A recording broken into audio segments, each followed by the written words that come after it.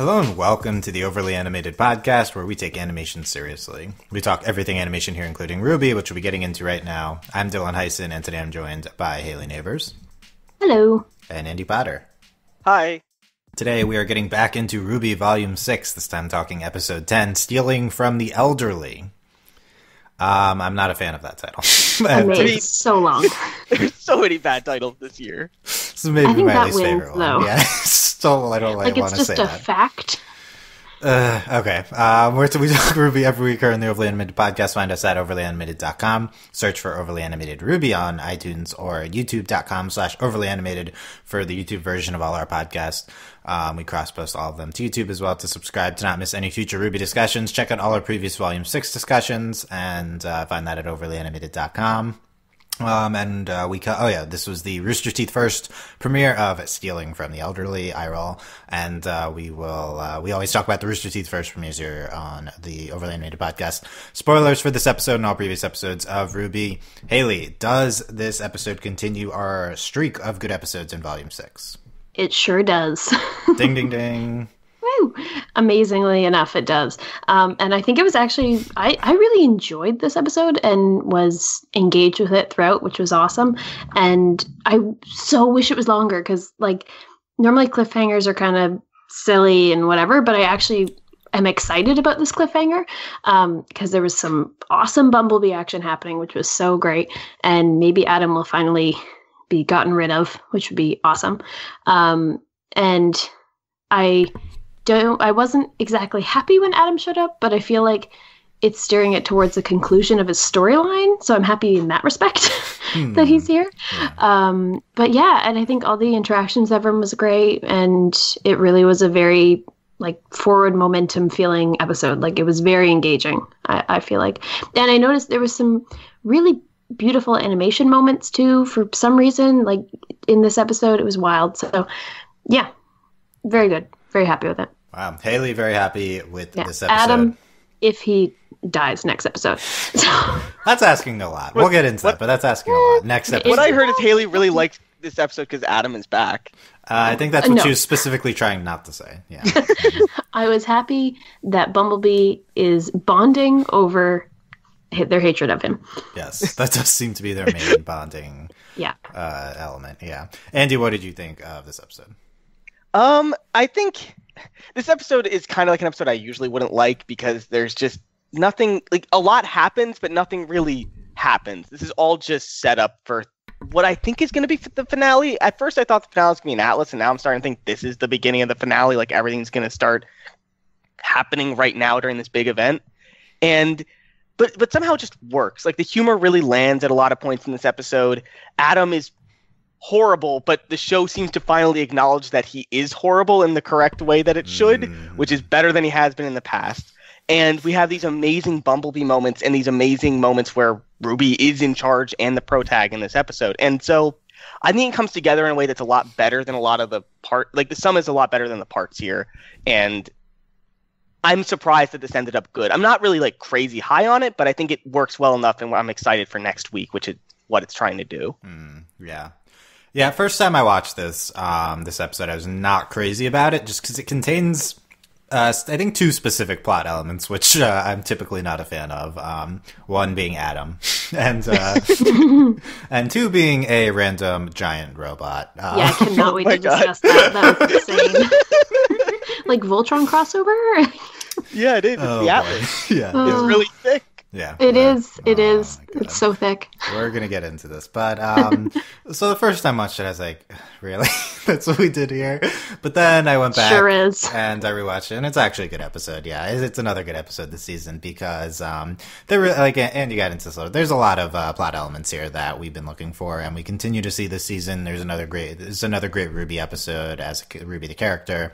It's another great, Blake and Yang. I mean, it's not like there've been a ton of them, but this was potentially their most romantic scene ever, I think, in this episode. Yeah. Oh, yeah. Those looks. Oh, yeah. Wow. Wow. Yeah. Well, we're going to talk about it. And I would say Adam in this episode is by far the best presentation of Adam we've ever gotten in the show.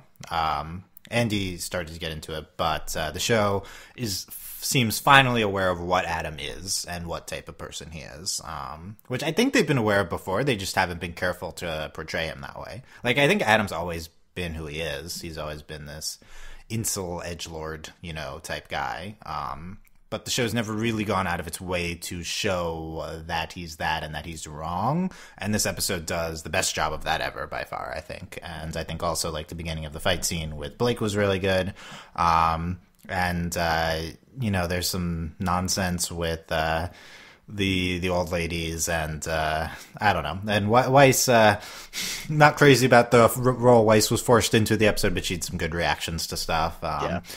So overall, it really is another good episode this season. And not only that, I do think it's kind of like a mid-tier episode of the season. Upon reflection, it's not even like the worst of the season. So I think we're kind of solidly continuing our streak here with this episode. I guess we should get into Adam first. I don't. Are we just coming in hot then? We're just coming in hot. It's the biggest thing, I guess. Like, most of this, this episode is. By the way, it's the shortest episode of the season, I believe. It was pretty short. Yeah, it's so short. Yeah, it was. Really It didn't like feel short when I was watching it and then outlining it. There's just a lot happening, which is it's weird because this is very much like you said. This is kind of a setting up for things to come episode, and it was shorter. I don't remember what the other one was exactly, but it was definitely shorter and more action-packed than the other setting up one before they were when they arrived at the farm at the end of the episode. Oh, that one? Like, that felt very much like, okay, nothing happened. We're setting up the next theme. Whereas this was a setup episode, but I feel like it also kind of held its own, which is good. Yeah. And Adam, also wild. Adam. Okay, yeah, so sorry to take us off course there. We're just big fans of Adam, I guess. All right, we need to discuss. But I mean, I before we get into just Adam, I think I want to agree, just that this really carried its momentum really well with the action. Yeah, this is another episode where they do a new thing with an action scene, and it just I'm just constantly amazed that they're doing new action and fight scenes that we haven't seen before, because it's really impressive. Mm-hmm. Yeah. Even giving Adam good ones, which is shocking. It is. Yeah, this is only part one of this Adam fight, and it was really good on its own. And yeah, I agree. This is this is like a setup episode for whatever. I'm worried. I guess we can get into this briefly now. I'm worried that this is a setup for the finale because we still have the equivalent of 4 episodes left. So that's a lot if we're already into our finale set pieces here. That's not really where I want to be. This is the same exact thing we said last year about Volume 5 was we're already facing off in Haven. We still have a lot of episodes to go, and then it just dragged and dragged and dragged, and didn't end up that great, honestly. I mean, there are good parts to it. We got this kind of second set piece with the Maiden stuff happening, but this seems too early. I'm worried. I think the difference here, Dylan, is that in Haven, all the bad guys showed up in one big group. And that was it. There's all the bad guys. This time though, it feels like they're staggering them. So the finale, we're going through villains until we get to the big ones, which I'm not sure who's gonna be the final one this season. But we're doing Adam. Then we're gonna get some other people to show up, and then I think we're gonna get more bad guys to show up, and that'll be how the finale works. Which I think is a much better way to do it than Haven, where it's all the bad guys are here. Oh no, what do we do? Mm-hmm. Right. It just doesn't really make sense. Neo and Cinder are not here yet, and then also we got the setup last week that Tyrion and Watsia are coming, so that's not guaranteed to be this volume. Yeah, and then there's indications that they would be baited to leave, so we'll see if they do that. And, and isn't there still the spider people still to show up too? I am unclear if we're done with them or not. I feel like we're done there's still a shot of them watching someone float down that's in a trailer that we haven't seen yet. Yeah, it's possible that was a trailer only scene. I mean it's completely. Yeah. I don't know. The spider people, I think in retrospect, if we're done with the spider people, they were probably the worst part of the season, but whatever.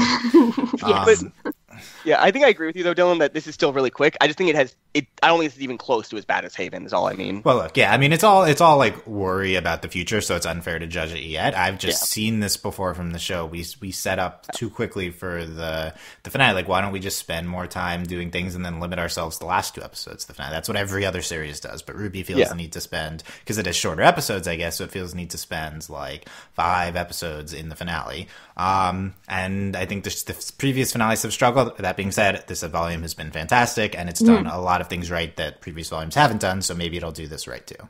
And they've built up the villains in a good way where we're actually engaged in their storylines. It's not just oh, they're all here all of a sudden. Like, we could have half an episode where we focus on Cinder and Neo getting to the fight, and it would probably be engaging. So right, that would be fine with me if we we'll spend see. like half an We'll episode see. away from this and then get them here. Yeah, that would be good. And also, like, even though we're shocked that they're here, we were prepped for it. Like, we knew these guys were going to be here. Like, we knew Adam was going to show up because he showed up in episode 1. Like, this isn't like just a shocking, like, oh, Adam's here out of nowhere. Whoa! Like, we were expecting him to be here at some point. Well, in let's this talk about that, because that's a point of contention I've seen so far in the fandom. Was this built up enough with Adam randomly appearing? Because well, let's get your reaction. So we see, like, there's several minutes of the episode. It's like, what happened to? Why didn't Blake deactivate the radio tower? Like, what happened? Hayley, what were you thinking anything during it? Did you not think anything of it? Did you think Adam specifically? I did. Yeah, because he had been gone for so long, and it was like something's gonna happen at some point. Like, he has to show up at some point in the season. They wouldn't just do that first episode bit and never again. That'd be really weird.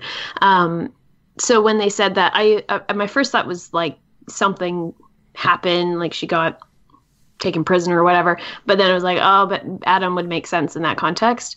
I do have issue with him being there though, because like it's such a random location, and if he's there, then was he following them the whole season? Oh, Yes, oh yeah. Through the snow? Yes, Like, that is the implication. Yes, he was he following there at them the farm? He's following Yeah, them the entire season. Yes. He's been in the background. Yeah. Yeah. Watch, we can like rewatch the season and we'll see Adam. No, I'm not doing an Adam rewatch. No. When Yang looked outside at the farm and she saw Adam, it wasn't a hallucination. It was actually Yeah, exactly. standing there in the blizzard.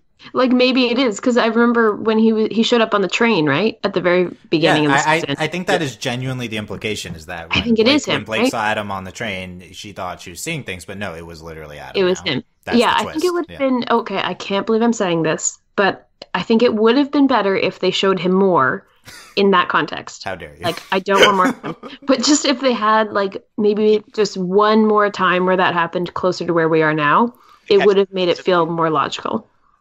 Like, Andy, what do you think about that? Okay. Yeah, I think that would be better. Like, I think we saw him twice then. Like, 2 people caught a glimpse of Yeah. him.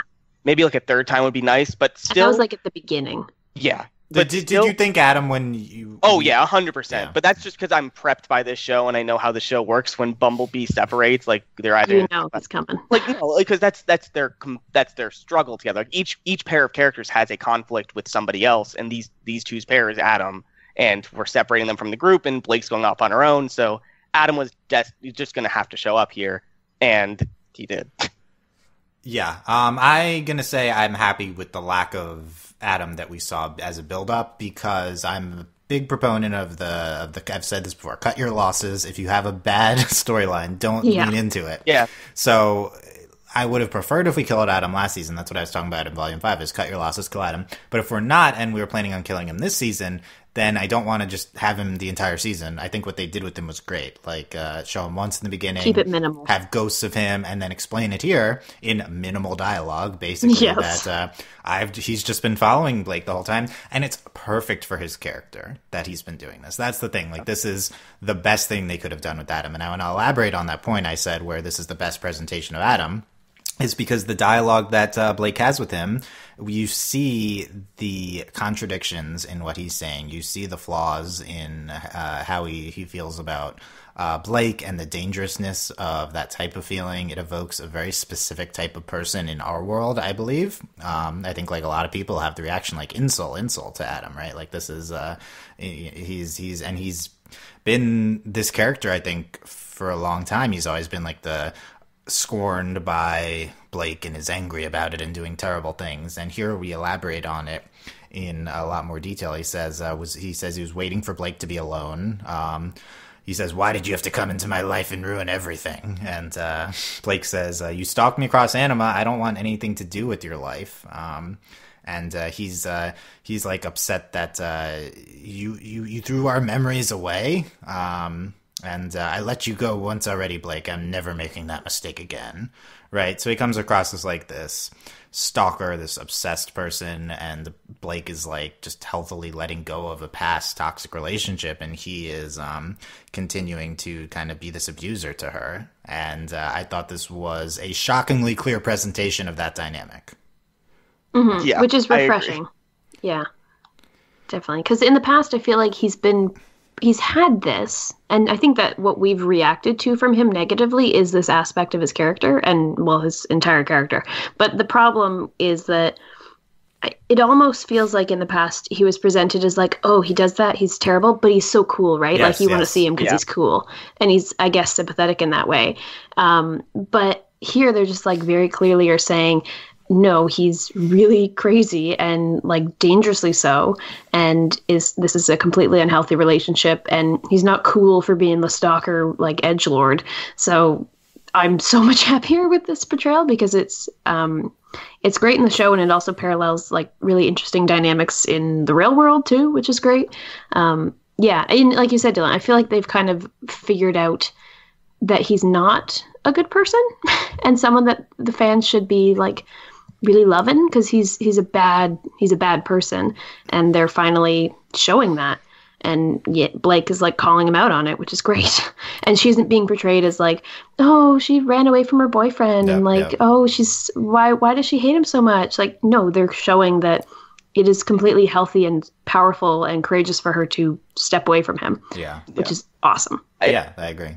I think another part, like you were saying, is that they're making him not cool. Like, when he other times he showed up, he would have all these splash screens. Like when he attacked Yang, it was a horribly beautiful shot they gave him when he cut off her arm, and it's like, why are you giving him this cool shot with like the perspective and the way you're animating it? Like, he's not supposed to be painted in this cool light. He's supposed to be like, he is a terrible person. And this time, like when he's fighting, he appears more like unhinged. He's not always in the center of the camera when he's fighting. Like, he's always coming from the sides, and like he comes off as someone who shouldn't be in the limelight. And that's really good with how they've animated him in this fight, and how they don't give him like these really weird giant sword anime things that are going on.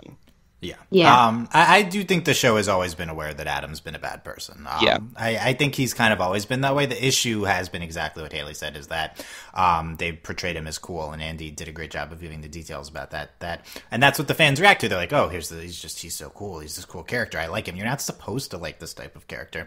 His role in the story is not that of someone you're supposed to like. Like, maybe because it's like anime style, and it's like, oh, look at this cool villain. But then that like takes away from the pathos of what he does to Yang, right? Like, and everything going on there. So you're not like, you're supposed to be rooting against him, and I think that's been the case all along. And since we've gone down this Adam unhinged route, I guess, here, so that's making it a lot clearer of a presentation, and also I do think makes you think that this is the end of him. Because like it's the former in power villain who's he's unhinged. It seems like he's not going to be regaining his power. So what other purpose would he have here other than to die at Yang and Blake's hands, I think, in the next few episodes. Yeah. And especially when we've had a season where we've built up our other villains so that they actually are sympathetic and are engaging. Like, he just doesn't fit into that anymore. And yeah, I can't think of like what would they do with him past this point? Because they're very clearly showing that he can't be redeemed. Like, he's not going to join their side against Salem. He's done. He's pretty much done. Yeah, you could hold him here for a while. I just don't think that there's any purpose to do that. Past the season, like, no. And there's a temptation to say that you could redeem him just because you show him at his worst in order to, you have to spotlight him at his worst in order to show him how he gets past that. I definitely don't think that's what they're doing. No, and he's so consistently like this that, like, yeah. There's a difference between showing someone at their worst and showing someone at their lowest point. Because this is not Adam. Like, Adam doesn't see himself at his lowest point here. He just sees himself as mad. Like, that's the difference. What's going on? I don't think there's a redemption here at all. There has to be a major shift in the way. In the next few episodes. But yeah, I think he's definitely dying here. Well, finally. Just how they said about how, like, he said, like, I let you go once, I'll never let you go again bit. I was immediately like, oh, one of them's going to leave here, like, and one of them isn't, especially with Yang heading that way. They've kind of built that up as being a fight that was probably going to happen this season with Bumblebee and him.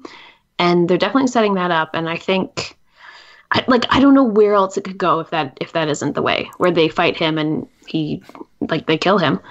I don't know. Yeah. I don't know what else could happen. So look at it from this structure. I think this whole season kind of has been building us up to this moment with Blake's trauma with Adam, and Blake and Yang, and the kind of struggles that they've had and the drama that they've had.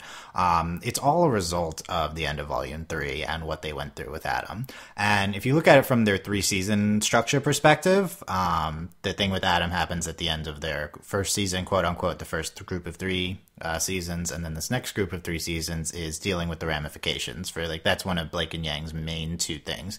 For Yang, it's her entire character, I think, is dealing with the trauma that she endured at the end of Volume 3. She does everything with the arm and stuff that I forgot about in Volume 4, and Volume 5 builds her back up a lot, and then here she is, she's going to deal head on with this trauma that was dealt to her before, and I think that's the clear end to the arc the 2 of them have been on here for these past 3 seasons, basically.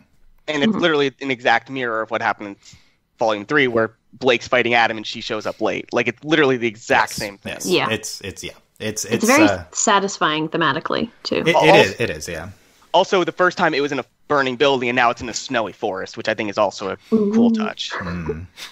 Yeah, we'll see if they stay there. I guess they will. But yeah, Yang is headed towards where Blake and Adam fell into the forest off the radio tower, and the episode ends with the 2 of them facing off. Yang's probably going to show up. And the other aspect I think of this, which is really interesting, is the build-up we get for Bumblebee previous to this in the episode. That's, I think, intertwined with what we did with Adam, because so we have the scene of Blake and Yang. They're going to the radio tower to take out the radar. They're riding on Bumblebee together. Is this the first time we've seen them ride? We have to have seen them before this. I don't think so. I think this is the first time. Like, this is really romantic, and I think we would have remembered it. That's the only way Bumblebee could be canon, is if they ride together on Bumblebee, right? That has to be it. Definitely. Yeah. I mean, Weiss and Yang iconically were on Bumblebee. Oh my god. That's an amazing shot. The start of every true relationship on this show. It's a motorcycle ride. Yes, that's how you display gay in RWBY, is riding on a motorcycle. I'm just imagining RWBY asking Yang to, like, borrow the motorcycle and just to like ride with Weiss or whatever. Yes. That's a good RWBY Chibi gag, I think. Yeah, and Yang doesn't get what's going on, but RWBY's like, but it worked for you. Yeah, it worked so well for you. Yeah, I could see that. That would be funny if they did that. They're talking to Tara on the phone. Also they're riding on a motorcycle together, talking to a lesbian. So there you go. That's foreshadowing on this show. That's famous foreshadowing. Yeah. And then they have this flirty interaction. Why Blake is leaving Yang behind? Besides, stealth isn't exactly you're great, and I'll hurry back. It was so cute. That's so cute. That's such a thing you say to, like, a girlfriend. Like, that's just so cute. I love it. You're great, yeah. And then the looks they give each other at this moment, they're just smiling so sincerely at one another. And on the motorcycle, like, the looks were insane. Yeah. On the motorcycle too. I think especially after they do have this teasing moment, they're just like endearly smiling at each other, and I think this is like the gayest look that anyone's ever had on the show. Even more somehow more so than Ilya's like pining looks over Blake, right? Like, yeah, definitely. Or Tara and Saffron, even, and they're married together. Yeah, this is the next iteration. Hayley, noted Bumblebee fan. What were you feeling during this scene? I was just so happy, like, because it was so obvious. Like, maybe, I don't know, maybe I'm reading into things, but I don't think I am. Like, it was so explicit. All these little looks they were giving each other, and even as Yang was, like, riding on the motorcycle, and Blake just, like, quietly smiled to herself while looking at her, and it was so sweet. And the little bit that you were saying about, like, oh, you're great, it's okay, I'll be right back. Oh, they were just, like, they seem like they're acting like a couple. And it was adorable and so sweet and innocent and sincere. And, like, I'm so there for it. And now they're going to go off and, like, fight together, and it's going to be great. And, I will lose my mind, like, Andy Tyrion level of excitement. That's the barometer, yeah. That's the barometer. When, like, if they end the fight against Adam, goodbye, Adam. You did your job on the show, and then they, like, kiss, I'm going to lose my mind. And it could happen. Like, they built it up. It could happen. So I don't know, man. I don't know. It was great. So great. After this episode, this scenario is clearly in play that Hayley just outlined. Like, wouldn't the entirety of RWBY be worth it if the season ends with Blake and Yang murdering Adam, and then then they kiss over his dead body, right? Like, it'd be great. Like, I think we jokingly said that a couple weeks ago. We said it like a long time. It really could. This episode directly builds up to that moment. It does, and I feel like it. Honestly, I'm. Like, I feel so confident that by the end of this season, I think we're going to have them together. Like, they've been building confident. It up. I feel it. I don't know, man. I don't know. But it seems like it could happen. And maybe in the greatest scene that has ever been drawn with Adam. Certainly with Adam. Maybe ever. Yeah, at the end, he's been disposed of. Yeah, like... Yeah, no. I assume they would not directly kiss over his dead body, but metaphorically. They like run off. Yeah. If it happens like the next episode, or like when they're in like the final shot, like that still counts. He needs to be in the same scene, and he's he needs to be like in the same, like with his body in the background. You just see a speck in the background. Yeah, exactly. Oh my God. But it's so explicit in this scene when they were like their first scene together, because it isn't like in a live action thing where the looks can be misinterpreted. They purposely drew them to be like this. And it's so obviously romantic. So yeah, Let's see what happens, but I'm excited. I'm very excited. Yeah.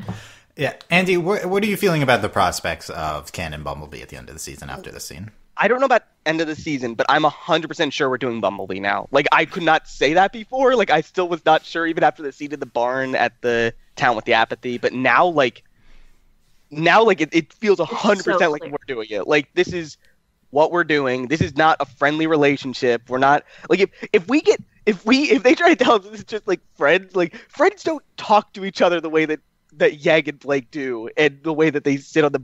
Like, they don't give each other looks like this. It's happening. It has to happen now. Whether it's the end of this season or, like, next season, like, it has to happen. But this season is the right time to do it. Yeah, I think I've said that already, that I'm 100% sure we're doing Bumblebee. I don't know if I was like, I want to be 100% sure, but I think that's something that I'm solidly 100% sure. Yeah, like that to me was kind of already clear. So what this episode does is, this is like the most explicit possible gay looks they could have given each other. It is like by far the most explicit things we've done with the two of them in the show. Like Yang was practically checking her out when Blake was like, "Oh, like stealth isn't your thing." She was just sitting there looking at her run away. Like, oh man, it was great. It's great. I'm sorry. Fantastic. And here's another reason why we should be even more enthusiastic about this scene, like optimistic about the prospects of the future. Their arc this season is about like drama and angst. Like that's what all of their scenes have been. And RWBY like sticks to themes and arcs with characters pretty firmly throughout a season, which I think is a strength. I think like the show has done, especially this season, has done really good things with that method. But like we wouldn't have. This is a clear deviation. That's my point. Like this is very different from what we've done with them in the past. There's got to be a reason to switch it up here. You got to do something with this, whether it be they have a long talk about how they've gotten past their drama at the end, or whether we culminate them romantically. I'm way more sure that Adam's going to die. Like, I definitely think that's happening. But I think that there's, like a 50% chance, like, it's maybe a little higher that we genuinely have a Bumblebee romantic culmination here in the last 4 episodes. I'm like 75%. I'm in. If I hadn't been so scorned with RWBY before, obviously, like you'd see the scene, you'd be like, "Duh, it's happening." Like you don't. But this season though is so good. It beat every expectation we've ever had for the show. This might be like, because they've said they've sped things up. They might be speeding this up because they see their audience like getting anxious about it. Like they freaking that out. Might be it. Yeah. Yeah. Like, I mean, if you're listening to your audience, this is the number one thing that the audience talks about. But also, if you culminate this early, like I don't think it ruins anything. There's still characters on your show that are still going to be driving the show. Yeah. Don't be afraid of pairing characters off. Like you can still have similar things. This isn't a sitcom. Like we're not going to run out of stories because they're together now. Yeah. I think they're doing it. I think they're doing it in the best way possible, defeating Adam together. Oh my god! I mean, it's to solidify their love. it's a little problematic with they need to like defeat the person that like was this horrible. But just ignore it. Just think about them working together as a team. I don't know. It's gonna be an amazing fight scene. It's gonna be great. The problematic part is still Volume 3. Like, this is the best possible way to handle it, given what we've done, I would say. So yeah, that's like the showing number one their thing power to be. Against him. Yeah, absolutely. Yeah, and great moment. It'll be a great moment for Yang and for Blake as well. Like, they both have this shared trauma over this one person, and that's like the large source of this trauma in their lives, and they overcome it together, and then they can't contain themselves. And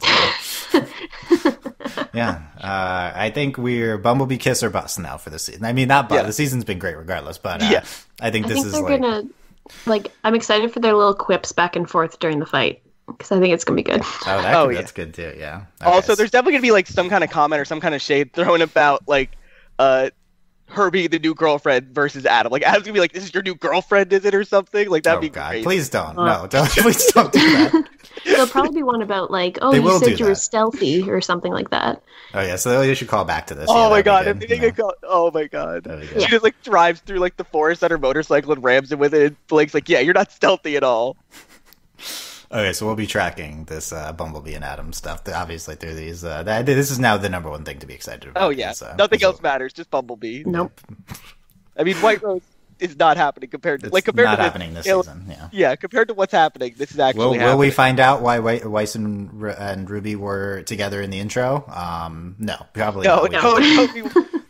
It was just to throw you off the scent of Bumblebee happening. That was the main purpose. There was a slight, I can't remember the exact line now, but there was a little White Rose moment. I don't know if you picked it up, Dylan, where Weiss, near the end, where Weiss is still in the plane and Ruby's Ruby says, I need you on the ground, Weiss. Yeah, and like by her side or something, right? Like, she said, I need you on the ground. In my head, it's by her side. Yeah. And obviously I picked that up. It's the main thing I look for. I know. But they're doing.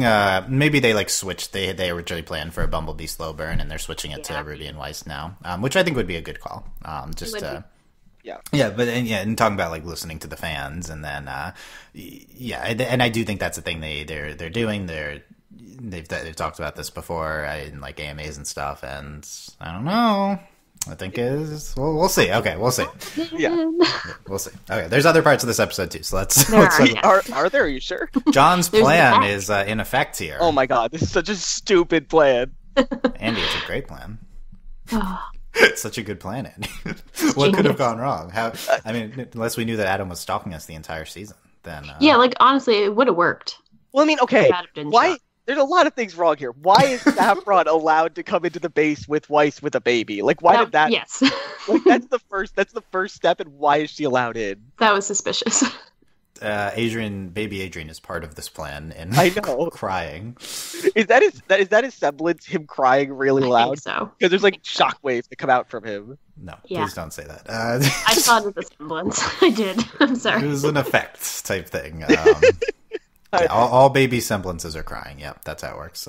Yeah, Weiss and Cordovan are talking, and we mentioned Winter. Weiss is not feeling that, and they're sending the two of her two best guards. I thought the two guards were so good in this episode. They were funny. I think this is one of the like most successful comedic elements that RWBY's ever had. These two guards who are, by the way, they're either twins or together. Like, those are the two options here. Like, yeah, that's the only option. Those are the only options. A crying child, we must console it. They're just like very funny. And then later, this parachute won't excuse you of your treachery. I feel like I shouldn't find them funny, but they are. I'm really confused by it. Well, that's like a stupid gag that they keep. They're so stupid. They're very stupid, but I think it's just one of the best humor executions that we've had. It's like so consistently stupid. Yeah. I think that's why it works. It's just the same gag over and over again. Yeah, like, it's so bad, and then it becomes funny again. I think it's always been funny. I think they're great. Yeah, I'd rather much have these type of guys than the two guards in the episode 1. Oh yeah, remember those guys? I much prefer these two. Yeah.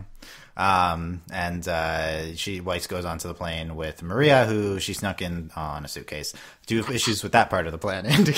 Oh my God, I do, but I'm okay with it because it just moved the plot along. Let's just get Maria on a stupid plane to fly. Yeah.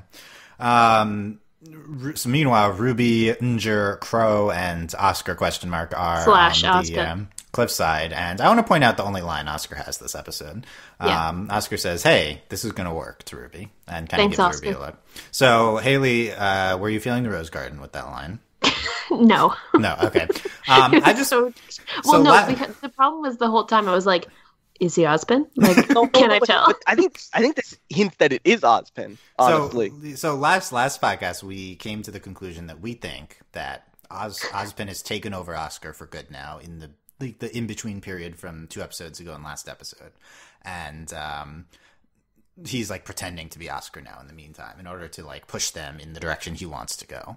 Why do you think that supports him being Ozpin, Andy? Because Oscar, in general, isn't known for being supportive and pushing the team forward. He's known for being just going along with them. Like, he isn't one to, like, bring up an opinion without being asked first. That's usually Ozpin who does that. He usually jumps in with, like, this is what we need to do. This is how we're going to do it. Or, like, just saying this will work. But Oscar usually stands to the back and waits for people to ask for his help. Like, this is a very different type of thing. It might just be he's growing, but it does seem like a sudden shift based on what we've seen. And it leaves me a little suspicious still. It certainly, I think that enhances the impact of the twist if we're going to go this route, is this seems like character development for Oscar, which is like really tragic. But it seems like last week he took charge. He's like, oh, I made this meal for everyone. He's like, this is going to work. Look at my new gown. It fits so well, but it also fits the fact that it's just so quick. And it was all off screen. It just wasn't on screen that he changed. Yeah. It was off screen, yeah.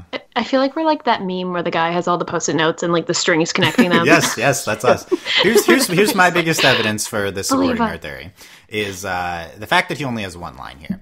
The less lines, the better for this to happen right now, because you don't want to shine a light on it and make it obvious or not obvious. You want to hide it in the background a little bit if you're going to do this twist. So I think this episode very much supports this being Ozpin, and I'm fully anticipating that happening. There's nothing that contradicts it, so... The more lines he has, the more chance it is for us to hear the voice actor talk like Ozpin, like he did the first time. Like, he was forced to talk when they first walked into the house, but now he's trying to talk as little as possible. Yeah, I would say number one, Adam's going to die. Number one, Adam's going to die. That's like 100%. And then I think I'm more confident in Bumblebee, than in Oscar's Ozpin, but there are similar percentages. I'd be like 50%, 40% maybe. Maybe it would be like 60%, 50% if we want to like say, oh, you don't believe in your theory. But I think this is a really good thing to do with this character. But in general, I think RWBY should be doing twists. So I think this episode had the twist with Adam, had been following them all season. I think that was pretty good. And this is like the bigger twist. So we talked about Weiss taking out the guards on the plane, and Maria is flying the plane here. And she connects her eyes to the thing from the plane. I guess a camera out the front of it, like why are her eyes compatible with this random ship? Like, that's both Atlas tech. Yep, that's how it works. But is all Atlas tech like that? Atlas. Penny could have integrated with the plane. Yeah. Well, that's obvious, Dylan. Why is that more obvious than this? Because she's literally a robot. Yeah, Penny. Her eye's a robot. Penny can interface with anything, Dylan, because she's amazing. Well, yeah, we know Penny's amazing, yeah. Andy, do you take issue with this part of the plan, having the blind person fly the plane? Oh, yeah. Yes, I really do, because apparently Weiss didn't think to question it until we're on the plane. Solid, airtight plan, guys. I actually think this fits Weiss's character right now. She's very agreeable and wants to go along with her friends. So yeah. Weiss, you should speak up earlier. I know you've in season 1 you would have protested a lot about this. There's a middle ground here. You can protest a little bit about this part. All the characters are like, Team RWBY's really good. They've been really consistent this season. Like, they've all been really like following an actual set character for once, and like I really like all of them. They're really good. Yeah. They're discovered because the radar wasn't taken out, and Maria is like, I got this, and then your jargon was fine, but our pilots aren't elderly women. Is the response to her. I thought that was pretty stupid, because again, they should have thought of this before they did it. Like, just put on a voice or something. Be like, they knew who they sent off. Like, they sent off with the two. Pretty obvious. Guards. If the two guards aren't the ones that reply back, they will know something's wrong. Yeah, and then Cordovan gets on the radio and arguing with Maria, and Maria starts eating cashews. Amazing. Yeah. Amazing. Referring back to this cashews gag beforehand, yeah. We haven't even gotten to, I forgot that we didn't even get to the biggest thing in the episode yet. The biggest moment. So big. Before that, though, we have stuff with Crow happening. So, Crow is like, this is all my fault. I shouldn't have let you. What's the difference between my Crow and my Adam impression? There is a difference. Crow's a little raspier for Yeah, you. Crow's, yeah. Well, I think that's how he talks, yeah. He's just miserable. I shouldn't have let you kids go. That's close enough. Yeah. The bad luck. I was stalking you around, Ruby. There it is. Yeah. That's Crow as Adam, yeah. Yeah. That's Crow impersonating. That's Crow doing an Adam impersonation. Yeah. We're going deep there. He's like, it's his fault. Ruby's like, we're in this together. We're not your responsibility. I think this is echoing things she said last episode, basically. Yeah. We could still use Crow Bronwyn on our side. And he's like, how'd you get so... I don't even remember what he said. How'd you get so smart, How'd you grow kid? up so well? Or How'd you grow up so well, models. kid? I ain't good role models. Yeah, that's the Ruby No, impression. that's wrong. That was Ruby. Her voice is better. That was her 2 seasons ago. Yeah. But I love how Sean, like, I can't remember where he's like, Crow, like, how he thought that maybe Crow's bad luck is the reason this went That's us. awry. Yeah, I agree. That's clearly that's Sean, what's really? happening.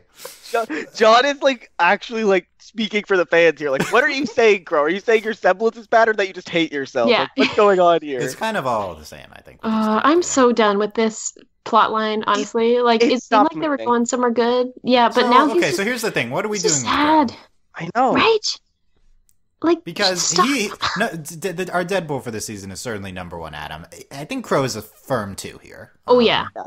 But is it likely to happen? Is Crow actually going to die here? It feels like we're getting close to yes because the team is working without him. The way you get rid of a mentor figure is getting the team to work without the mentor figure, like, adding into it. Like, he can fight with them, but they don't need him to actually, like, progress their plan anymore. Right, And that's he's not the whole purpose of contributing. this. We don't need Crow. Yeah, and he's not contributing, and he's just been drinking the entire time off the side. Yeah. Here's the 3 ways we could go with this. Number 1, he learns that he cedes leadership to RWBY. He learns to be part of the team as a supporting force and gets his crap together and actually like helps them and is like a this mentor figure to RWBY, role model figure to RWBY, but off to the side and letting them take the lead.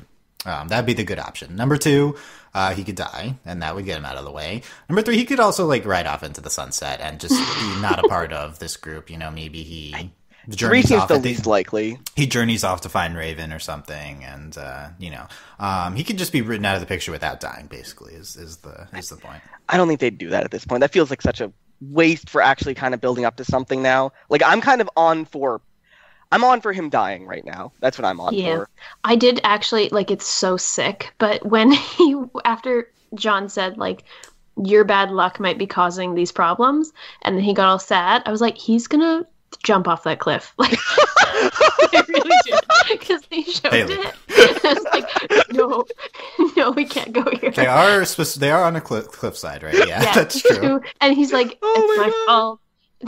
Oh, I'm so happy it didn't happen. But that makes me think that, like, I could definitely see him sacrificing himself being a thing. yes. Yeah, he would sacrifice. I himself, think that's what Maria was actually setting up the whole conversation with Maria. She keeps saying he's not good, and his role model is telling him he's not good enough, and he's setting up to sacrifice himself. And he's got the bad luck, so that could be a reason for him to sacrifice himself and da da da. Yeah, hopefully not how I thought it might happen. It better not happen in this fight, though. I don't want him to sacrifice himself to this stupid robot. That's To not the happening. It's not happening. Yeah, I'm not as convinced Crow is dying. I think we went through this last season, and it didn't And work. every other season before. Wait, was it Volume 4? No, it was Volume 4 that we went through this, yeah. Well, he got stabbed by Tyrion. Well, Tyrion has a new tail. So he literally was dying, so Yeah. he was not, and then he Even survived. last season, I feel like, looking back, I don't even know why he was possibly at risk, but I just felt like he was the whole time. He did nothing. Yeah. Well, no, because he traveled off alone looking for huntsmen and Yeah, stuff. right? Yeah. And he was off screen for a while, and no one knew where he was, so we thought he was fine. dead. He was fine. I suspect this show has more to do with Crow in the second half of its run. That being said, this would be this would be a good. I mean, you could pivot his character. He's just such a big presence. This would be a much more impactful death than Adam. I really think that we're gonna do a thing where his semblance changes, or he has a better understanding of his semblance. If you look at it, when his enemies get tripped up by his bad luck semblance, quote unquote, that's good luck for him. You know what I mean? And I think it might just be his perspective on things, he's not getting that, and that might be a big change for him. He's just not good in the head right now. They've talked about it a lot, so yeah, it could happen. I would rank number 1, Adam dies. Number 2, Bumblebee. Number 3, Ozpin is Oscar. Oscar's Ozpin. Number 4, Crow dying. I would put it as a firm fourth, but all could happen. All could happen. Well, the problem with Crow is that he's almost died 4 times. We're just waiting for him to die at this point. So it's hard to predict anymore. Either way, it's hard to see him being major part of the next 3-season arc thing. But then again, who knows?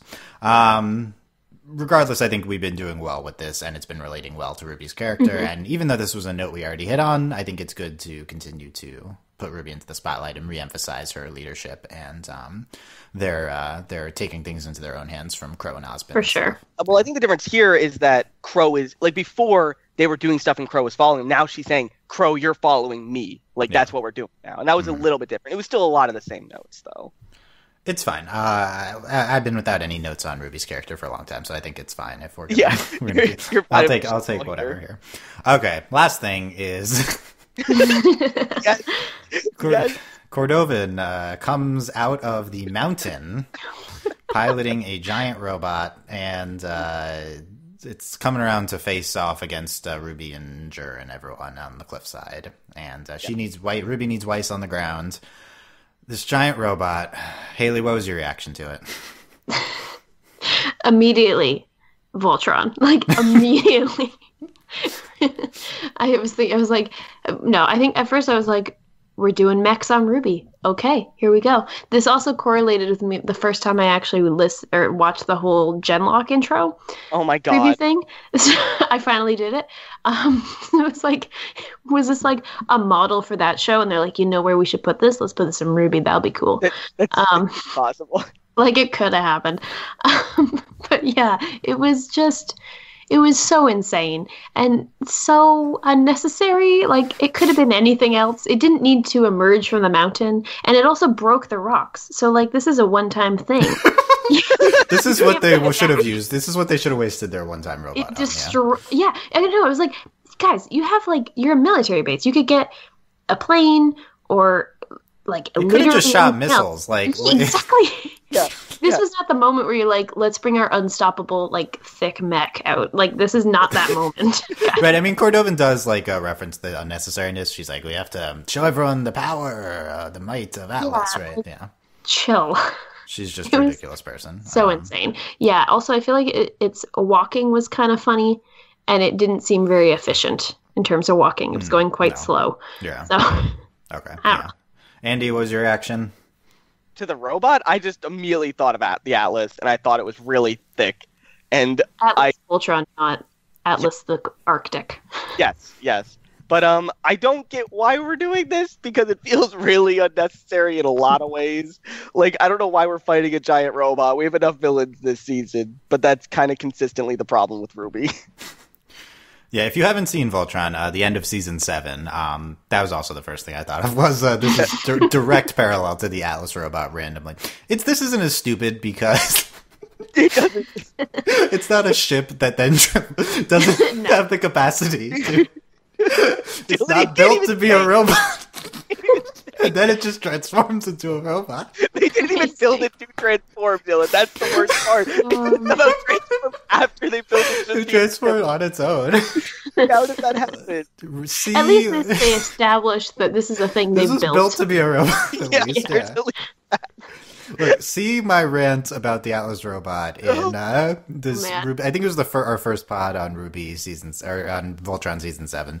That all applies here to a certain extent. So I'm going to need to get mad at it again. As much as I found it ridiculous, I was also game for it. Why not? Let's do it. I think it's kind of fun. Yeah. I was shocked that I didn't hate it more.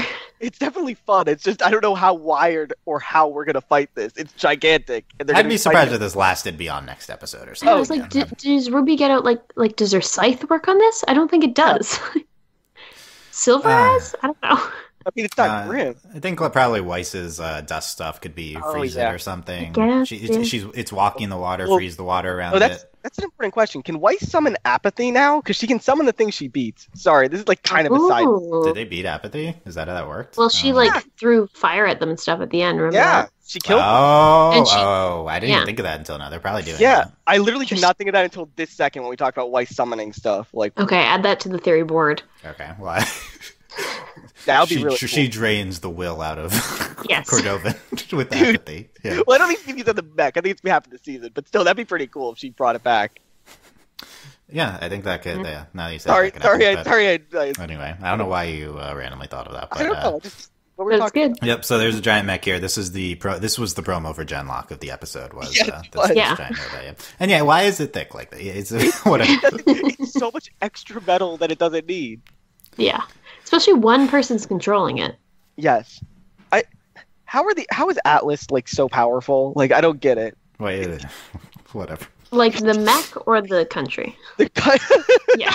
No, I'm sorry. The country. I meant the country. Why is because they're military. Wait, this is the first time. Wait, this is the first time I thought that the stupid RWBY robot has the same name. I know, right? It's the same name as the Voltron robot has the same name as the RWBY country. Yeah. I didn't realize Hayley said it either too. That was probably really confusing for the listeners. This probably is very confusing. But remember, Andy, Atlas is rich because they are harvesting the fossilized remains of all the first humans. Remember that? First humans, yeah. That's what's happening. Honestly, the more the season goes on, the more that seems right. The more it it's does, definitely right. This is referencing the origin of dust, fossilized remains of the first. Everyone's clearly listened to all of our RWBY podcasts. Yeah, obviously. They listen to all our crack theories that are. You got to keep all the theories straight in your head. It's confusing. We need to publish like a book at the end of this. We'll make a document and we'll attach it. Yeah. There you go. Yeah. Okay, Hayley, what are your final thoughts on this episode? What a weird episode. Okay, final thoughts. The mech is hilarious. I think it's going to be a good, fun, I guess, battle in comparison to the sad Adam fight next week that I assume is going to happen. But I'm so excited about Bumblebee. And again, great episode. Bumblebee, yay. And it's happening. It's happening. Okay. Andy, final thoughts. One thing we didn't touch on is that I really liked this fight on the tower. Like, I really liked how it was very vertical. They were moving up the tower as they were fighting, and they were talking between levels. And I just thought it was a really cool verticality of the fight. And it was just, I don't know. I'm not always really invested in the set pieces we have. This was a really good set piece. I really liked the way they camera angles. Like, it was swerving around a lot. Yeah. But I always felt like I understood where we were. Like, sometimes with those swerving camera angles, you're not really sure what's going on. This one, I always knew where we were and where we were moving. It was really good. Yeah. I agree. I thought it was, it was even just a small part of the episode, so it was really impressive, I think, in that regard. But good stuff this episode. A lot of fun things to potentially look forward to. Hopefully the robot is not too nuts next week. It will be. Watch, it's going to transform. Something's going to happen. Yep, we have 3 more weeks of RWBY this season. That's it. So not enough.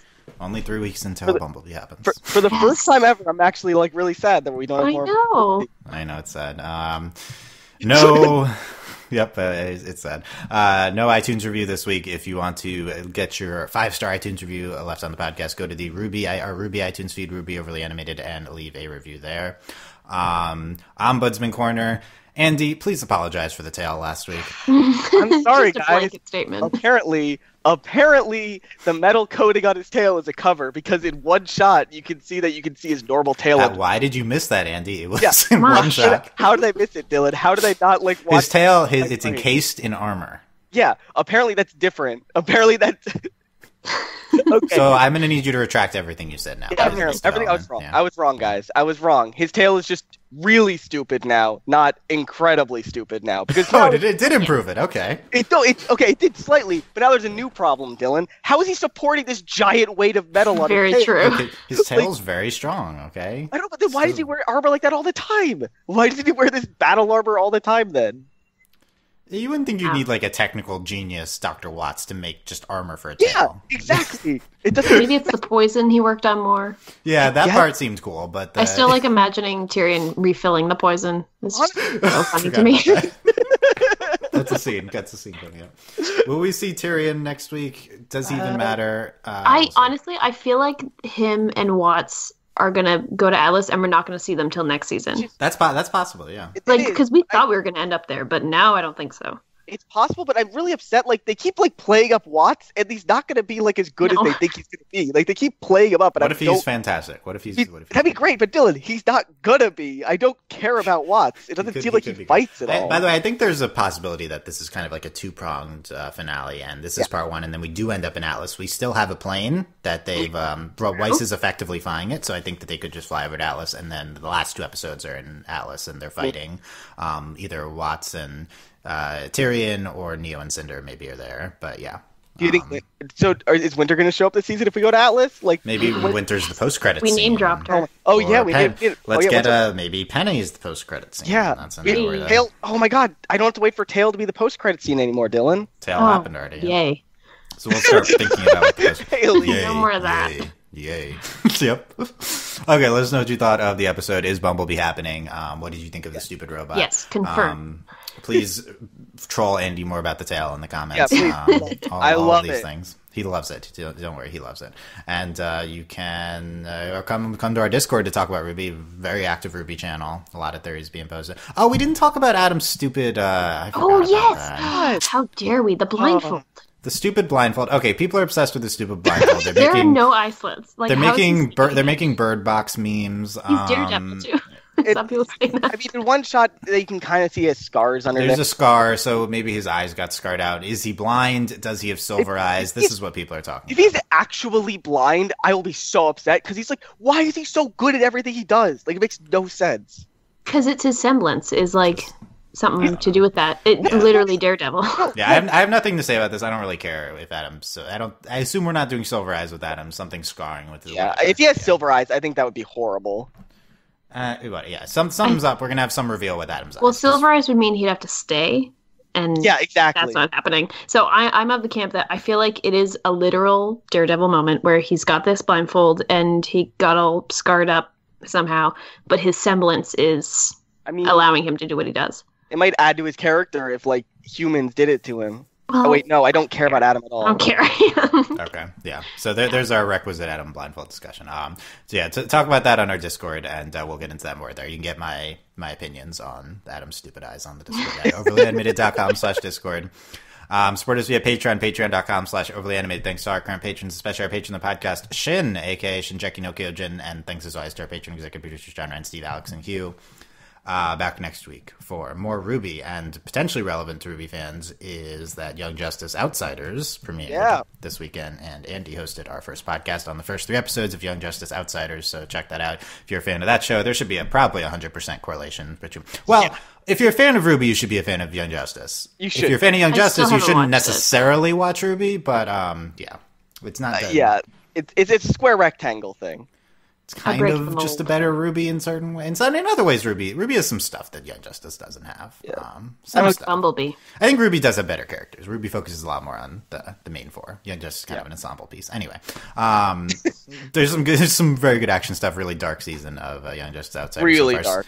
Steven Universe coverage has continued with Diamond Days. Check that out. And we had our top episodes. Article come out. There was one RWBY episode on our top 50 episodes of Western Animation list, and Hayley wrote the description for that, and it is not. It was like even in the 20s or something. It was like 26 or something, I think. 27? High placement for RWBY, yeah. And I guess I don't remember if we talked about it last week, but our OVAs winners, RWBY did not win, but check out our OVAs winners. Shocker. Did get nominated, though. We didn't rob Weiss this year, though. Wait, next season we'll be nominating Adam for Best Supporting Character in honor of him dying, right? Yeah. We need to have like an in memoriam thing. And then we draw out all these very minor side characters and like these long shots, and then Adam like flash them on the screen quickly. You can make a YouTube video of it of just like the characters like just like slowly fading in and out. I guess Adam died. Yeah. The shot of Adam in the background in the forest while Bumblebee makes out in front of him, like that would be the moment. Yeah, Dylan, you touched on something amazing. What we need is when we do the awards, we need Dylan. We need Adam to cut down the people that don't win, like as we count down to what stop. Win. No, that does not stop. That's it. No, bad. No, people. A lot of problems with that, but Not even gonna touch it. Okay, so check all that out at overlyanimated.com. Leave us comments, talk in our Discord, overlyanimated.com/Discord with RWBY channel.